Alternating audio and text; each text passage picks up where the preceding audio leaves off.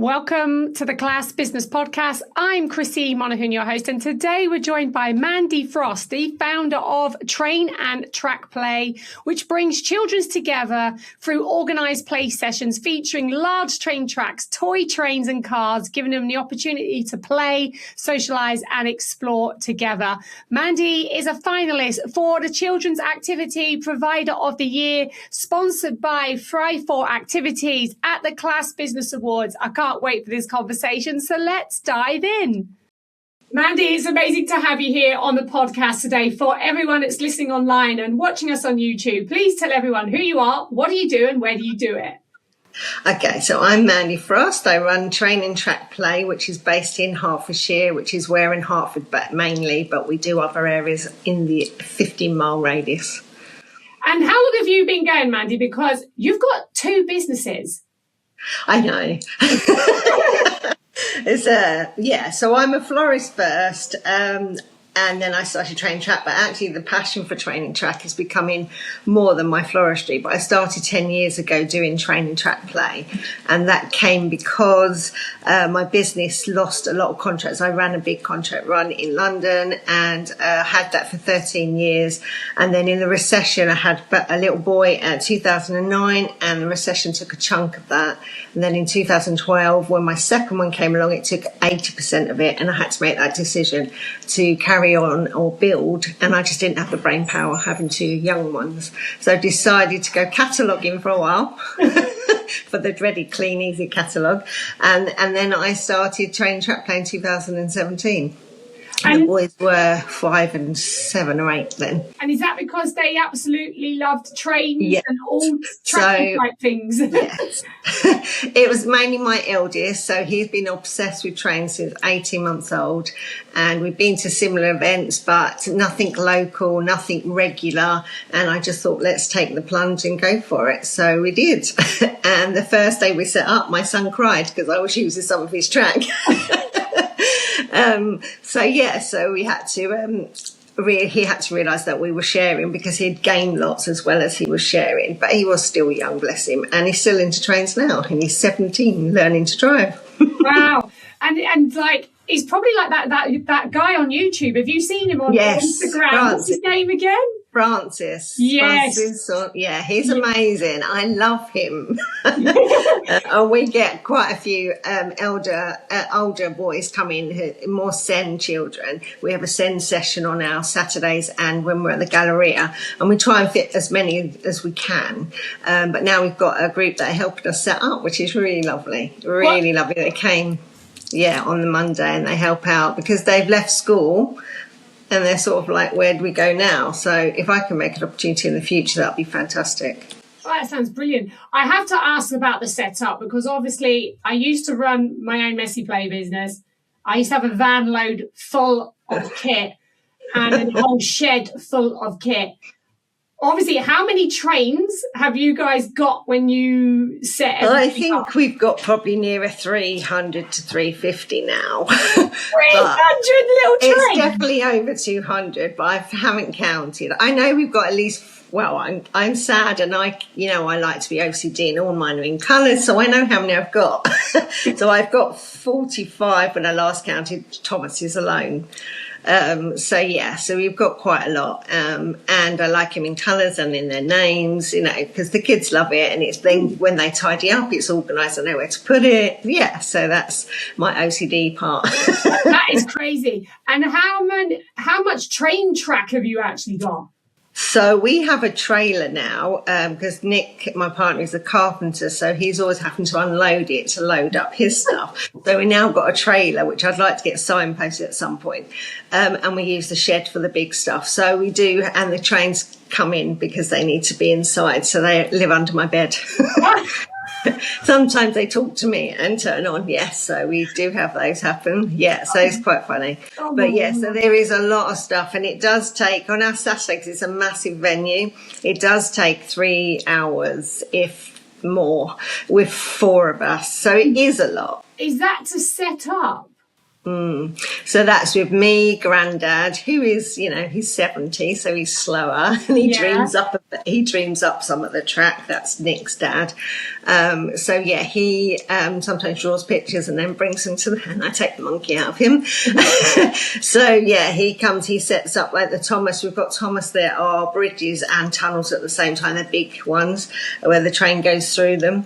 He sets up that bit. He likes that adventure and having bridges, causing trouble basically. But yeah, so he sets up that bit. And my son comes and helps. Who are still obsessed, and and then the two of us. So between us, it does take a long time. That's why, it's once a month. Wow.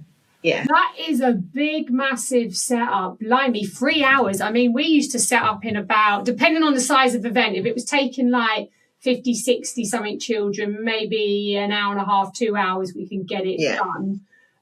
But 3 hours is a long setup. It's the unloading as well. So if we're at the gallery, we're going down and up in the loading bay. There's all of those side of things that people don't sort of see, that side of it. And we've been sorting out our stuff this summer. We've had a garden full of boxes, just sorting out all the sets and stuff. Yeah.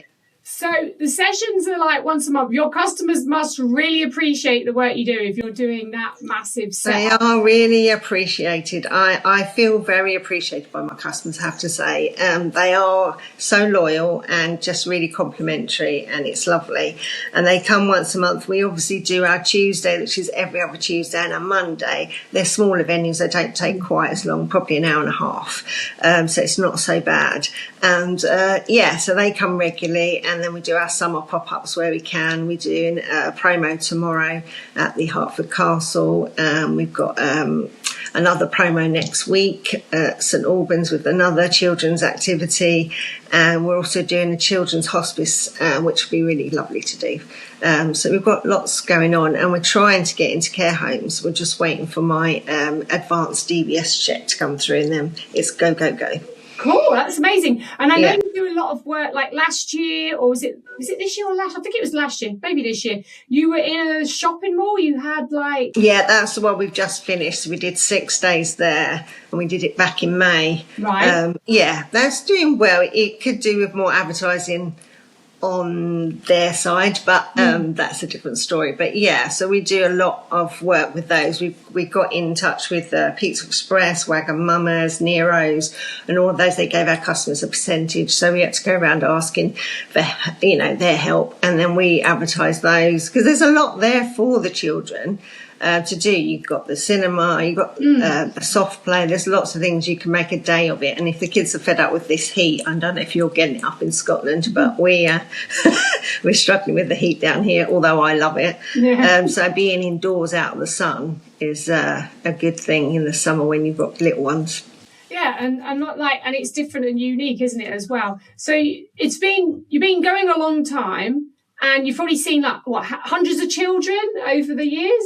Yeah, thousands probably. Because our Saturdays, we have 6 sessions, and we take 35 children each one. Wow. We're not in the winter. We get quite sold out. Yeah. Our Zen sessions are always quieter, and our afternoons tend to be. But we have party bookings as well within that, so it makes it a busy one. What did the kids love about the track and play? Why do they love train so much? They just love the faces, the names. Thomas has been around for years. They love watching the wheels go around, they actually listen to the cogs going round, and following their train around the track, following it through tunnels, bridges, turntables, all of it. Yeah. Sometimes they have the longest train possible, and we have extra trucks that I've got batteries to help them go along.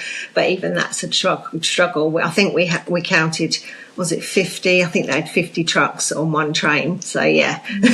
And each truck can carry. We've got animals. They've got logs. We've got lots of different things they can. And then we've got the wooden section where we've got a lot of farm and dinosaurs, so they can sort of elaborate that. So yeah, lots, and then individual tracks where they all do different things. So they might collect a cog, or they might do a spin on the tornado. So the train has got cogs that helps it go. We've got one that is brilliant at the minute that goes on a boat and then it goes in the water and waddles along in the water, comes off the other way. And so the girls and boys need to sort of work out how to switch that on and off and how to turn it around. So they're learning lots of new things as well. And do you get a good mixture of girls and boys across the Yeah, we do actually. Yeah, at the beginning I felt it was more dominated boys, and it is still a bit, but it is getting more girl as well. Yeah, so it's nice to see. And do you, I have to ask this question, if you see any train sets in a charity shop, do you pick them up? You know what, they're really hard to find though. Yeah, it's more Vinted and Facebook, and that's the other thing that's really lovely, is that a lot of my stuff is recycled, so it's not, it's been reused. Granddad's in the background fixing them. Some of them don't get fixed, and I do find that really hard. I'm like, come on, there's got to be a way. Because the ones that break are the old ones, the ones that are really unique. Yeah, so, no, I get it. Like, we used to have so many Thomas tank engines, stuff in our house, so I get it, like the appeal. And obviously when you used to go and see them in the chat, you'd be like, oh, I just get one more. yeah We used to, because my son's birthday is January, he was obsessed with the train, and we used to have to go to what's the shop in London, Hamleys?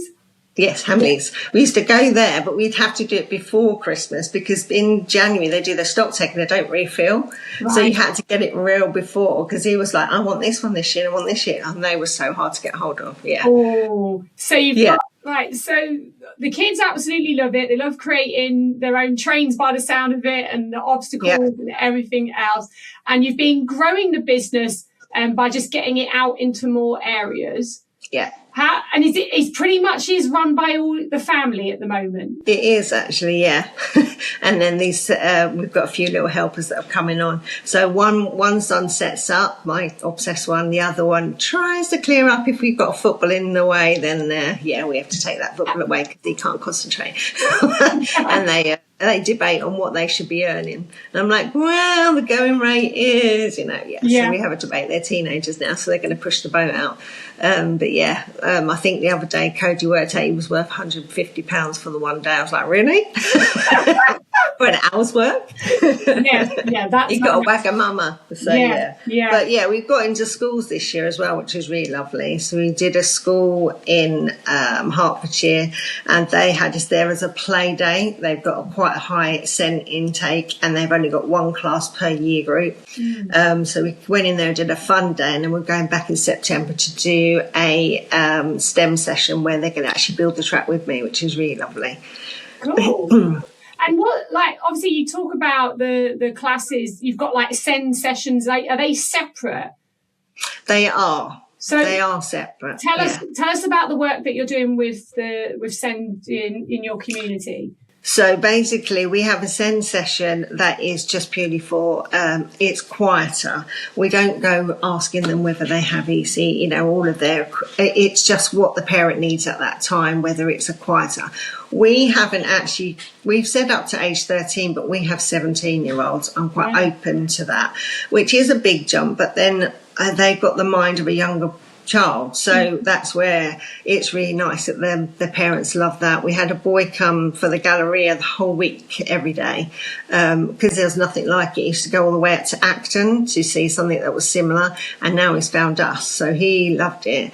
And those children have been with us since we started, so they've grown up and then left school, and so now they come in, and some of them come and help us set up. So it's really lovely. Yeah, that's amazing. Yeah, because obviously it must be hard to, giving them an opportunity to give back as well, and obviously give them purpose and focus, so they and they love it. I mean, they did so much. I mean, I literally put the trains out. I think they did most of it. Well, I would take that if it took me 3 hours to set up. I'd be like, I'll be back in 3 hours, everyone. Waiting time. So that was really nice. It is. And how do you manage your business with obviously your florist business, because 2 businesses is hard work? Yes. So my floristry side of things, I tend to freelance for companies that have got their own customers. I did have my own contract run, and that took a lot of brain power. When I had my kids, decided I needed to change. So I do work for companies that have their own. So I don't have the headache of that side of it. I go there, I do the hours, and I come home. But the only problem is the hours are never set. You never know when you're going to finish. It is event work, so it is long hours, and it's in London and all over. So I did the Open Golf up in Liverpool this year, and I do it every year. And I do an event that's in Icy Rise, not Icy Rise, in East Grinstead, and that's every year. So I do certain events I do every year, but it means I'm away from home while doing long hours. So now the kids are teenagers, it's not so bad. But yeah, so I do that, and then I do my training track around that. So I have regular days, I do my floristry, but not hours, and then I do my training track around it, yeah. But I'd say it's about the same. Yeah, balancing it out. And do you have any, like, we're halfway through the year, did you have some massive goals that you wanted to achieve with train and track play this year? There's loads of goals. My brain doesn't stop. So there's loads of goals. Getting into the school definitely was one thing, and that has hopefully happened, and we're going back, and hopefully that will open doors. I've approached a few other schools last term, so I need to get back to them.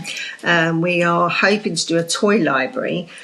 So we've got lots of extra sets, and on our Saturdays we use most of them, but most of the time they can sit there. So it'd be nice to gain. Maybe we could put a percentage back to a charity. There's just all those ideas. Nick, being a carpenter, is going to start building us it's like a training track. You can put their name as a Christmas decoration. Again, that was someone else who came up with that idea, gave me something similar for Christmas. And I was like, oh my God, I'm going to steal your idea, and I'm going to give, because he's, bless him, he's got juvenile arthritis. So I thought if we could put a percentage back to them. So it'd be nice just to give back a bit, a percentage here and there. And builder tracks. I really want to build on that side of things, where children can come and actually have fun building the track with us, and actually learning like what problems that they're going to solve, and all of those. So we did that with the Scouts and the beavers and the squirrels we did it with, and they absolutely loved it. Well, and they were so engrossed. Yeah, I was just going to say, obviously when they turn up at a younger age, having it already done, I get. But when they get a chance to actually build it themselves, then yes, it's like it's almost like a Lego or puzzle. So that kind of thing. So on the Saturday, I've left a section now, and we've got all our spare bits, and they can come and play. We've had quite a few compliments about that. So there's a few children that really want to build, and the sets are lovely, but it doesn't let them use their imagination. So this is the blue track, so they can actually use their own imagination. Yeah. That's brilliant. I love that little initiative and idea. And obviously you were a finalist with us for the Class Business Awards. Were you excited when you heard your name pulled out? I was so shocked, really shocked. I was like, I feel like I really need a pat on the back this year. I just think, we've had a tough year emotionally at the home with my family, and I just feel like a pat on the back would be really lovely. Well, it is a pat on the back, because the fact that you're a finalist, and we had, like I said, a team of 20 judges. Each category was judged by 3 individual businesses. Judges. I don't even know who judged your categories. I'm not even looking at that. And the fact that you've been recognised is brilliant. And I was chuffed to bits when I saw your name come out, because I know how hard you work, and I know how much it means to you and your family and stuff, because I know all the work that you put in. So if someone's listening to this podcast now and they want to find out more about coming to your activities, where's the best place for them to get in touch with you? So the best place is probably our website, which is www.trainandtrackplay.co.uk.